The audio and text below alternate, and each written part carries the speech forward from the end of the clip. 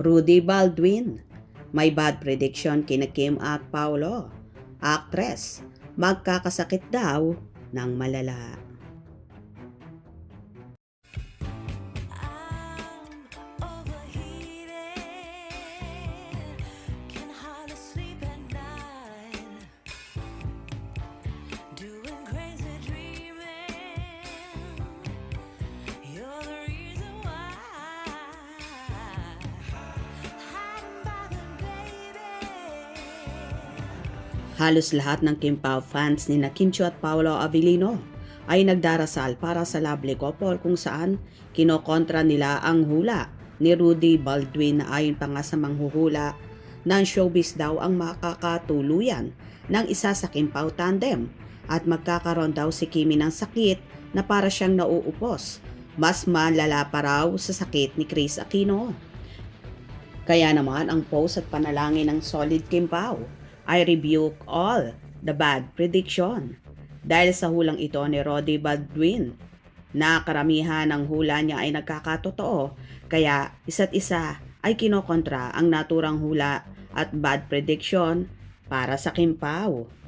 We rebuke all your predictions in Jesus' name. Bashers ni Kimi yan. Fake news yan. Halos lahat ng artista nega ang kanyang prediction. Kairita talaga yung baklang yan. God be with you always, Kimi. Hindi ako naniniwala sa hula. Only God knows. Si Ivana, predict niya malubha. Awa ng Diyos, Ivana. Pa rin, maganda. Mag-ingat ka lang, Kim. Pray na lang po natin ang Kim Pao. Huwag pa stress. May maraming nagpipray para sa Kim Pao. But sino ba siya? Ang Panginoon? Hoy, Baldwin, sinong nagbayad sa'yo? Parang ang laki ng galit mo sa Kim Pao ah. Sana bumalik sa'yo ang lahat ng sinasabi mo. Huwag mong idamay ang Kim Pao sa kalokohan mo. Marami kaming nagmamahal sa Kim Pao, lalo na si Lord. Hindi yan totoo. Ang bait ng Kim Pao, hindi siya Diyos. Kung ano-ano na lang sinasabi-sabi niya. Tayong lahat anak ni Lord. Lord, ibalik niyo yan sa nagsabi ng bad kay Kim. Kita mo kung sinong nagpahula? Doon, si OG Diaz. Yun, ang bulaang propeta. Di nga mahulaan kung anong lalabas sa loto. Di sana nakajackpot na siya sa loto. Ay nako talaga. Bakit di mo mahulaan kung ano ang lalabas sa loto para yumaman ka na? Oo nga, ang Diyos ang nakakaalam. Sinasakyan nila ang kasikata ni Kimi. Hindi natitinag sa ang Kim Pao. Kahit anong bash, ito naman, Diyos ko po, ano naman kayo? 2026 na, tama na yan. Praying na hindi totoo. Balik sa iyo yon in Jesus' name. Lahat ay ipagdasal na lang natin. In Jesus' name, hindi mangyayari yan. Hoy babae ka, Magnona Crazy. Para sa'yo, yang lahat na binabato mo kay Kim. 2019 pa pala yan. 2025 na ngayon ah. Simba ko. Naiinis ako sa manghuhula na yan. Hoy ano ba yan, parang siya na ang Lord. Hindi na yan maganda. Grabe ang balik sa kanyang sinasabi niya. Halos lahat na lang yata. Bakit? Hawak ba niyang kapalaran ng tao? Siya ba ang lumikha sa tao na lahat alam niya ang kahihinatnan natin? Huwag kayong maniwala sa hula. Sigad lang ang may alam. Tinadhana nga ang Kim Pao couple.